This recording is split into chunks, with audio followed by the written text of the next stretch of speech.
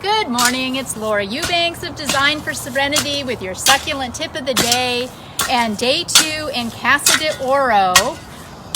As you can see, Justice removed the weed tree, and how much better does this look? Totally opened up the space, yay.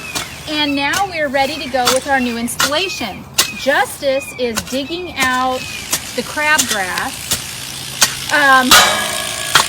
You know, I've kind of gotten away from using weed barrier fabric, mostly for ecological reasons and because I have found that it really doesn't keep the weeds out.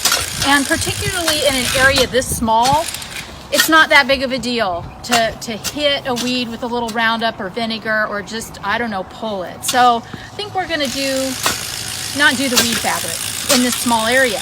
Greg brought in a yard of amended topsoil and some honey quartz boulders. So as soon as Justice is done getting these weeds out, we're gonna spread the soil, I'm gonna make my mounds, I'm gonna stage my boulders, then I'm gonna sink my gorgeous specimen plants that I got from Waterwise Botanicals.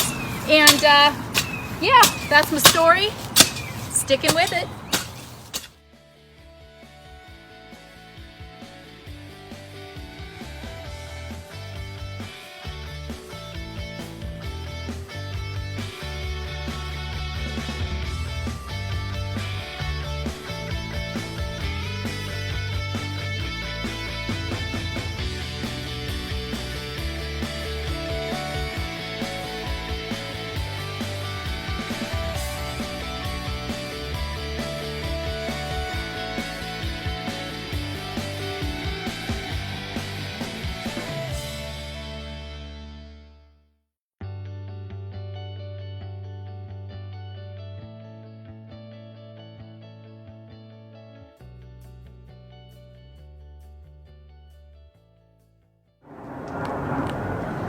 There is so much to talk about right now. Let's start at the beginning. The soil.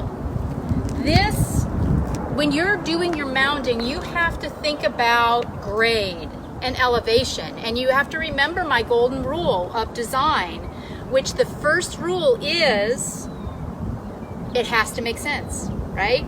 So water does not floweth downeth hilleth. That being said, I took into consideration the natural grade of this property and I went accordingly with my taper of the yard of soil that we brought in. The staging of the boulders, 1, 2, 3, my grouping of 3, and then my off-sided boulders. Remember too, I have this to consider, my borrowed landscape. You know, I'm not doing this whole area, I'm only doing a portion of it. So it needs to seamlessly work, it needs to make sense. So I have to take into consideration weight and balance of existing plant material. Now, normally, I would have got a great big, fabulous, like Aloe Goliath, a Hercules, a Bainzii, maybe a Dracaena Draco, a big tree to put right here. But because we have the yucca and we have these Dr. Seuss cypress going on, I didn't want to compete with that. I wanted to keep this lower profile. So the plants that I have chosen specifically knowing how they're going to grow. And that's another thing. You need to know what to expect from your plants. What's going to get tall, what's going to stay squatty, what's going to spread. So these plants have been selected for those very purposes.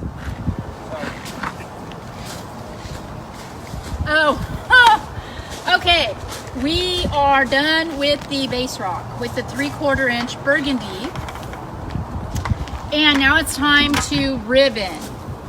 And as I've told you many times, or at least a few times, ribboning is like grandma's cinnamon rolls. There's not really a recipe. It's a very hard thing for me to describe my process. I just feel it. So Greg brought in some bags of river rock because we want to match what's happening over on the other side of the garden.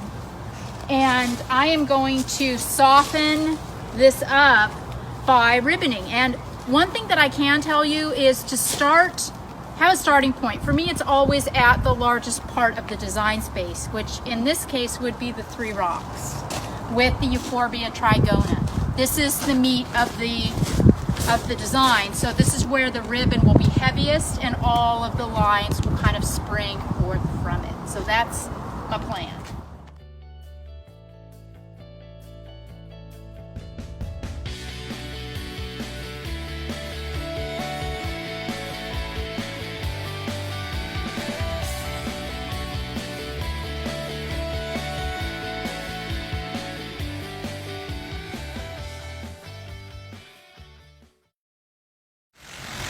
Well, I could end the ribbon here because remember Jeff Moore's 3 R's, rock, repetition, and restraint.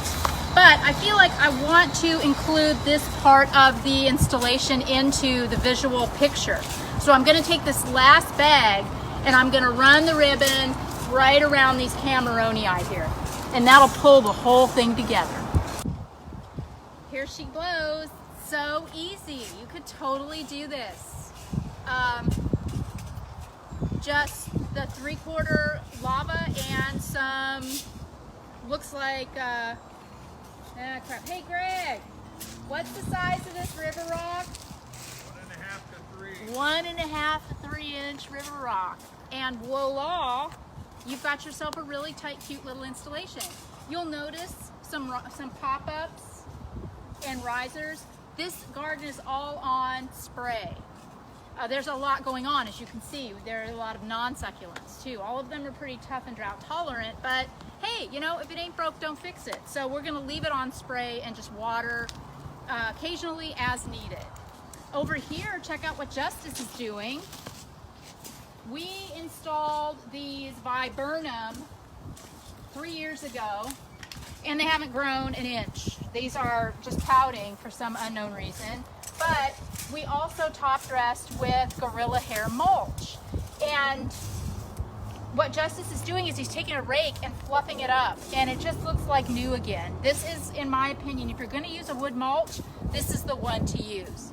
Let's see how Greg's doing. Tomorrow, we're going to fluff up all of the pots and plant this silk oak trunk that Greg has been working on for the last 2 days.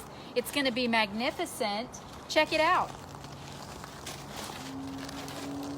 Slow going, but he's getting there. This has been Laura Eubanks of Design for Serenity, reporting from Casa de Oro on day 2 with your succulent tip of the day.